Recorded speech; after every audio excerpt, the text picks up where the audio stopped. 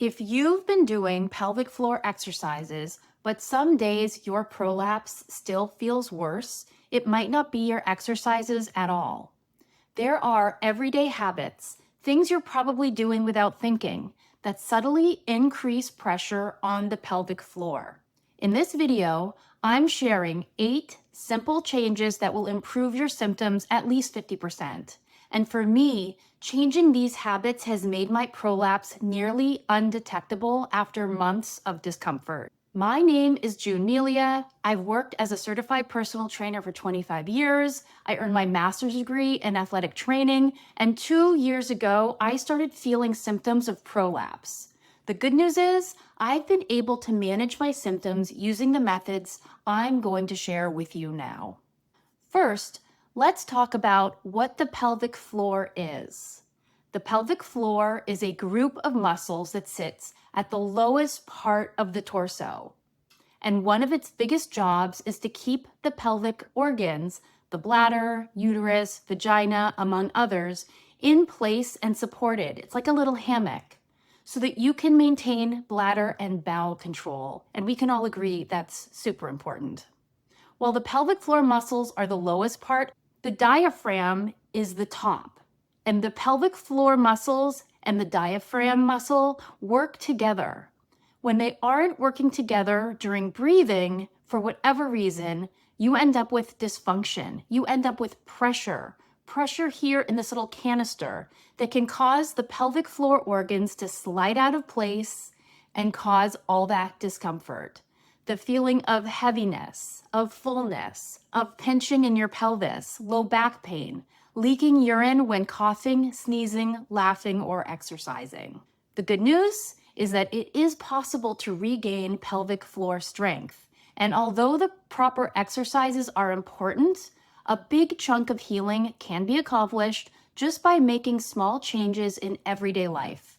Making these changes can also help you maintain the strength you've gained from doing the right exercises for your pelvic floor and prolapse. So, here are my top 8 lifestyle changes that can improve prolapse. First, avoid tight pants and shapewear.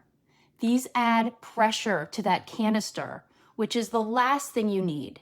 I know it can be hard to give them up, but in order for your prolapse to heal, they need to be loose. Number 2, stick to wearing flats. Shoes with heels shift your pelvis. This adds pressure to your low back and pelvic floor. So if you are wearing heels on a regular basis, this is making your pelvic floor imbalanced and your prolapse symptoms worse. 3, improve your posture while sitting. This was big for me because I love working on my bed, slouched over my computer, but slouchy posture is the worst for pelvic floor issues. We need to be sitting with straight posture. Slouched posture tilts our pelvis back, creating an imbalance in the core muscles, including those pelvic floor muscles. This creates more of that pressure you really want to avoid. Number 4, limit belly sleeping. Sleep on your side, sleep on your back. Sleeping on your stomach causes more of that internal pressure on your canister, on your torso. 5, change your bathroom habits. Get a squatty potty. This super easy change can diminish pressure when pooping. Constipation can be a real big problem for people with a weak pelvic floor, and prolapse and pressure from constipation makes it worse. Also, hovering over the toilet to pee is a big no-no. So is pushing your pee out. It should take you about 10 seconds to pee in a relaxed manner. No pushing. Pressure and pushing while on the toilet causes more damage to your pelvic floor.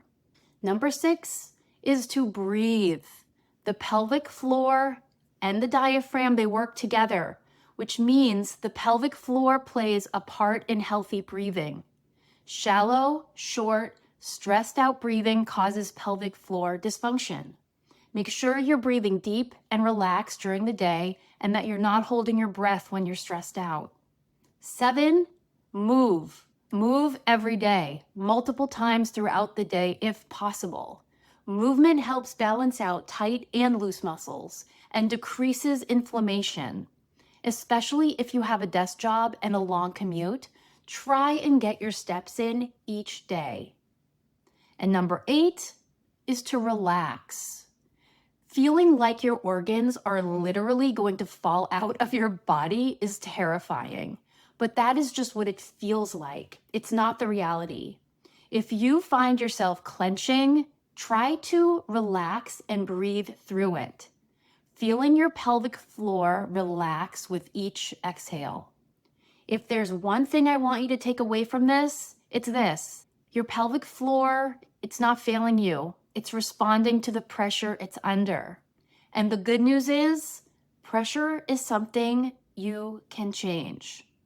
Are any of these ideas new to you? Which haven't you heard of before and you're excited to try? Post in the comments below. And if you're wondering, where should I start? I'd say start with changing how you breathe. That is the best place to start. And so, because of that, I have created a quick video you can watch so you can get started on learning 360-degree breathing, diaphragmatic breathing, so you can really help support your pelvic floor. And if you want to hear more videos like this, you're really on a journey to fix your pelvic floor and or prolapse symptoms, I would love it if you would like and subscribe to my channel, and I will keep giving you more information on how you can help your pelvic floor get stronger and heal your prolapse. Thanks so much for listening, and I'll see you in the next video. Bye.